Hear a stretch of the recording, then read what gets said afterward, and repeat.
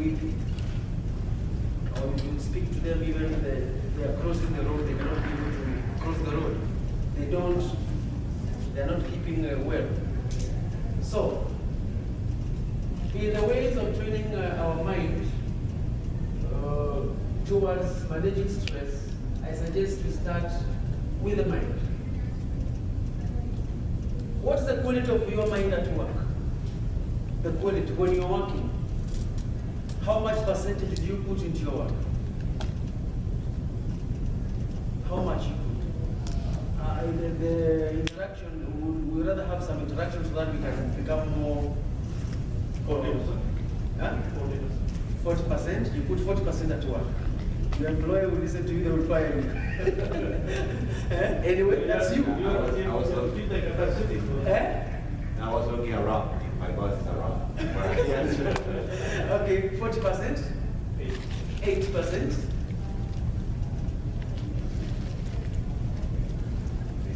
Even if you are self-employed, it's still work. And we still get stress from there. So, who are self-employed?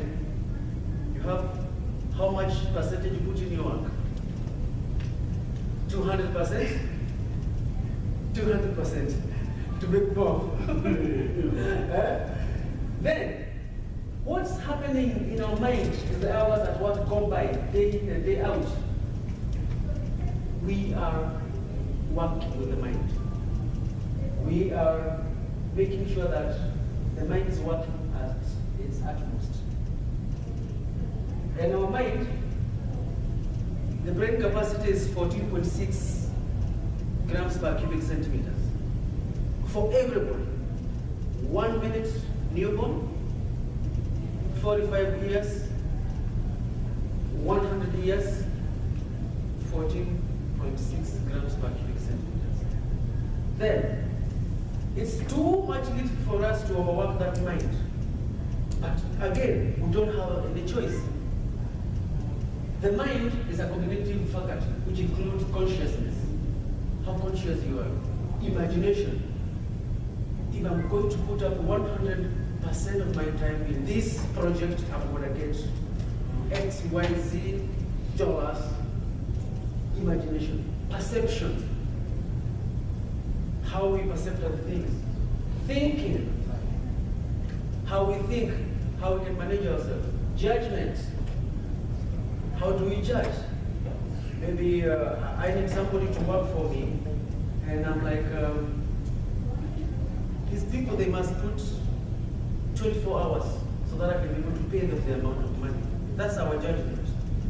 Remember, we are using our mind. We are overworking ourselves. So if you have 10 employees, you'll be thinking 10 times. If you have 1,000 employees, because it's your personal work, you'll be thinking like that. But we can always manage this. Language. With the mind, we can set our own languages and then the memory. The faculty of identities, thoughts, and consciousness. Whatever we think, consciousness, it is always set in the mind. You can see this having some good time here. Trying to meditate because the work is too much hard. We have overusing of the mind.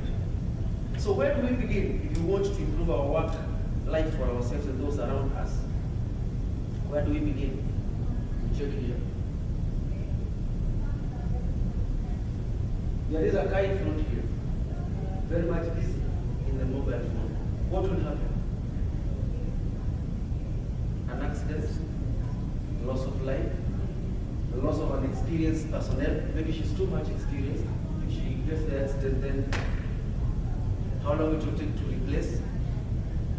How long it will take to have the parents, the sisters, the children be able to understand that she's normal? The same case with the other person down there. We can forget about the vehicle and all that because that one can be easily replaced. But what about the human being? Not easy. So look at this gentleman once again. It's work, and they are working. But they have to do all this. 1 minute, fall down, have all this other people. All this will bring up stress. So, whether we work in a traditional or progressive environment, or in our own cubicles, work life is full of challenges. And these challenges, we can always manage them.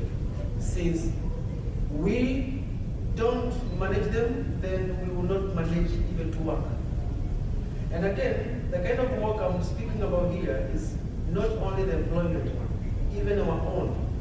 Somebody has their own side thing they are doing away from the work, or they are self-employed. Still, we need to make sure that we train our minds on the way to manage that stress. Because stress is there.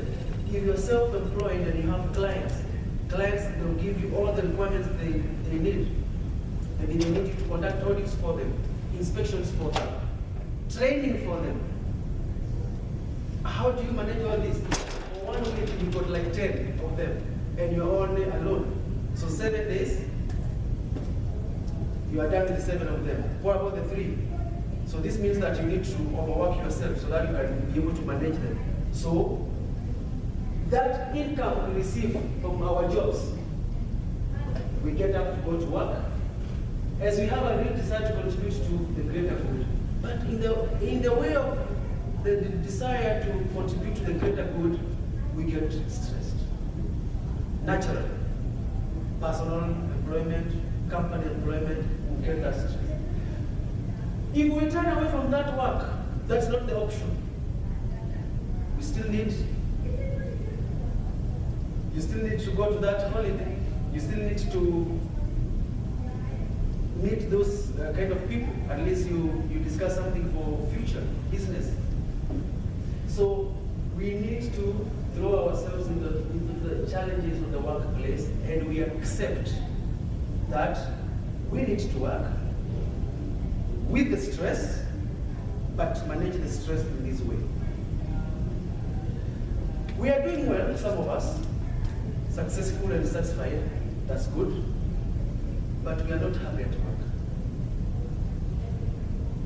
Today, somebody is here, they are waiting to strike a deal with a certain client, and they are too much hopeful. Please come, they strike the deal. The client comes and says, okay, you need $100,000, no problem, but I need you to do this and this and this. What you already know, you cannot be able to do it. But since you need the $100,000, you have to put yourself inside the mix. You have to overwork yourself. You need to start calling out on some contractors to come and help you out with that job. That is increased stress. You need to make sure that they get inducted, trained. You want to make sure that they are following they are compliant to the OSHA laws. It is all stressing for you. So, sometimes we see that we are effective. But when we remember about the success, stress and all that, we go ahead and find out that it's not great for us and it's not great for the people we are working with. Why? Because our minds are inherently wired to survive, not to succeed. We don't think of how to succeed. We think on how we can succeed. Or we can survive, sorry. Because you got 10 clients, you can only be able to do 7 of them, but since you need to survive in that business, bring about new subcontractors who will be there to make you able to survive. But the minute you think about succeeding, that's when you can say, oh, I have 10 clients. No, I can only do 7. Who can do that? 10 clients comes to you, you send away 5. You see? Then when you take all of them 10, that's stress on you. And learning how to manage it is part of our requirement. So how do we do all this? Meditation. we must get some time for the body to relax and focus. That's why in many places we are required, as per the labor law, to make sure that once per week somebody will rest. Once per week. And again, when you rest, make sure it is rest. Don't stop going to the office today or to the site today, and then you are very much busy at your home pruning your trees there. Make sure it is rest. I usually manage myself. When it is my rest day, it is my rest day. I take it to sleep. I sleep how many hours. I arrange myself how many hours I will sleep, because it is important for me. If I don't get enough rest, I will not be able to do the next part. So meditation is part of this. You can develop self-compassion, self-forgiveness also. We might ask ourselves, why do we need forgiveness? From those 10 clients, maybe 5 of them you did wrong. You were supposed to give them 70% output, you give them 40%. You need to forgive yourself, because if anything they come to find out there, they'll be a problem for you. How will you forgive yourself? You meditate. You release those emotions which has been causing the physical stress to the body. Much like exercise, research has shown that meditating briefly can reap immediate benefits. That time you sit down on your own, you'll feel it. You'll have that feeling, and it reaps immediate benefits. We got exercise. The research keeps on growing. Exercise will benefit the mind as well as your body. How many people do exercises here? We are 8 now. I do. In the morning, any day, I have to wake up and I have to walk for 30 minutes. Walking, only walking. I don't want to do anything strenuous like living, walking. And you know, when you're walking, you can see new things to release that tension which you had last night. And when you go to work, you'll find that one day you walk in the morning or you exercise in the morning, and another day you don't. At your workplace, you'll see the difference. When you are able to exercise in the morning, it's easier for you. You can also swim. You can also run. When I'm in Kenya, I'll run because of the climate is better. In the morning, I'll make sure that I will run. Swimming. Another one, in the room, you can dance. This is my most favorite. When I get too much stress is there. So I get inside my room, I have a very big music system. That's for my dance only. And I will dance alone where I'm working. So it relieves me, and I feel at least the next time I'm going to work, it will be easier for me. And this also can give an immediate effect and can last for several hours. It is short term, the exercise, but it is better. Because whatever it is going to give you that for that short term is going to prevent you from doing things the wrong way. We got social support. You need to have somebody you can share your concerns or feelings, somebody you trust. All of us, we must have 1 or 2 people. And this person, you are sure that they can feel you and they can understand you very well, and at the same time validate you. For example, maybe your family is a stressor. For example, I didn't want to use employer because I might be my personal employer. If I have employed myself and I become a stressor to myself, then it shows that I'm not surviving. So I put up a family. Family might be a brother, a sister, wife, children, relative, whichever. It may not elevate your stress if you share your works with one of them. If you share anything with them, they'll be like, furthermore, you're the one who's doing the work. They will not care anything. But at least we need to find somebody somewhere for that social support. Many people usually come to me. I'm a psychologist, for information. Many people usually come to me with different requests, with different requirements, and I assist them. I don't charge anything. Most of the people we are working, the company we're working, I got quite a good number of them. Somebody wants to leave the job, they say, you know what, I want to leave the job before. If they didn't terminate you, don't leave the job. Continue the job. Think positive. Think that you have just started.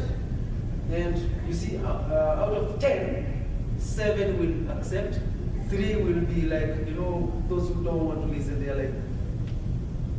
But from 10, you see 7 have been able to take back and continue the job. This is part of that social support. What can you do? You need also to understand people and encourage them to share with you. And how can they share with you whatever they have? You need to be approachable. Your contractors, your own family, your fellow colleagues at job, at least create that way, that bridge whereby they can be able to approach you.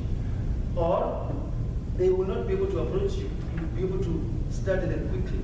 Because out of 10 employees, your colleagues, you can find at least 4 or 3, you can see however how they are doing. If somebody has a little problem, you can be able to understand and offer how to assist them. Take a break from the stressor. It is our own job, personal employment. If you take a break from that job, what will happen? You'll not be able to have the cash to take care of your family, yourself, and all that. But again, you need to think on it. It may seem difficult to get away from the stressor, but you must at least sometimes understand, if you give yourself permission to step away from it, you let yourself have time to do something else. What does this one mean? Taking a holiday. You're the one who is working in that company, right? It's your own, for example. Leave it to somebody else to manage. Take a holiday. Be away from it. If you are employed, take a holiday. Take your vacation, your leave. Okay. Even if it is not all that long one, maybe I am the stressor in the office. Just give yourself like 20 minutes, be out of the office. Let us not meet our eyes. It is easier for you, the stress will be able to go away. And whatever is going to leave for the short term, it is better for you. The more you get stressed, the more the increase in mental health cases will start. And you see somebody sleeping. Due to the hard day they had in office or in the site, they are dreaming about that. I told you to bring that one, why didn't you bring? And they are dreaming. It's very, very, very much dangerous. That's why, at least, before we sleep, let's have some time. We take our showers, then we relax. You dance, you forget everything. I'm very much sure, even if not 100%, but a good percentage will be done. Oh, what about smile and laugh? Our brains are interconnected with our emotions and facial expressions, our own brains. So, when we are stressed, we often hold a lot of stress in our faces.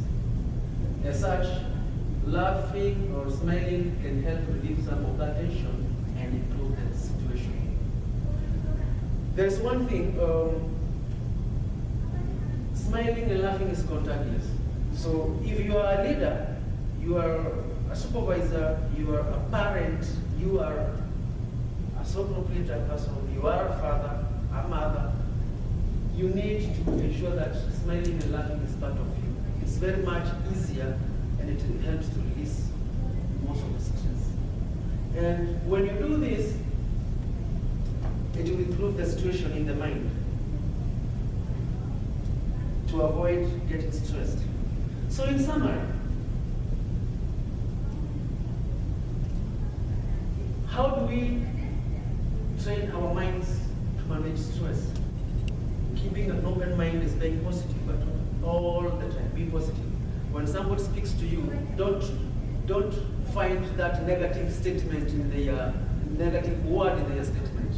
Forget about that, look at the positive one. Out of 5 words, 4 might be negative, but 1 is positive. Forget about that, those 4. Go for that 1. Remember to meditate. Have some time for yourself and do some meditation. When you meditate, it makes you feel forgiven. Do some exercises. You can dance, you can walk, you can swim. It's upon you to choose. And whatever you choose, it will be there to help you. Conduct some social supports. Check that one person who can listen to you, who can advise you, at least to make sure that you are not that stressed. Don't let stress kill you. Okay, it will not kill you, but it will give you ulcers in the instance. After that one, we go cases of mental health. WHO right now, they have stated that mental health is one of the biggest now hazard risk in the workplace, right? You can imagine, forget about the accidents now, mental health. And when you've got mental health problem issues, it's much easier for you to cause more damage than a person who does not have those mental issues. For example, I am a driver, or a pilot, or a captain in the ship, and I've got 1,000 people with me, for example, and I have cases of mental health due to stress. 1,000 lives are gonna get lost because of one person. It's very much unfair, right? So the best thing for us is to at least let us always get some social support. And if you are a leader, make sure you have time to encourage your employees, subordinate staff, to speak to you and learn how they are behaving. Because today I see you are behaving this way, tomorrow this way, the other day after this, there must be something wrong. So if I really care, I have to come and ask out what is happening. I have some time with you. I go to you. I need you to take me somewhere. Then we meet one corner, then I'll speak to you. Then you can give me a list. What is the problem which you have? We can check whatever we can be able to sort out. Take a break from the stressor. We have agreed that it's not too much easy for us to do, but at least we must make use of it. Lastly, smiling and laughing. Very much important. It is contagious and it helps us. So, in summary, working safely, we need to understand that safety is not a gadget, but a state of mind. We come back to our mind once again. We cannot make safety something that we can control. I need a KG to be safe. Now safe. No. It is the state of his mind. If he chooses to be safe, he will be safe. Again, we return back to that mind when we are working. So, we remember we got standards. And when we are working safely, SAFELY, safely, there are standards which are designed to protect all of us. For example, we are in the plane. They usually tell us to fasten our seatbelts when we are seated.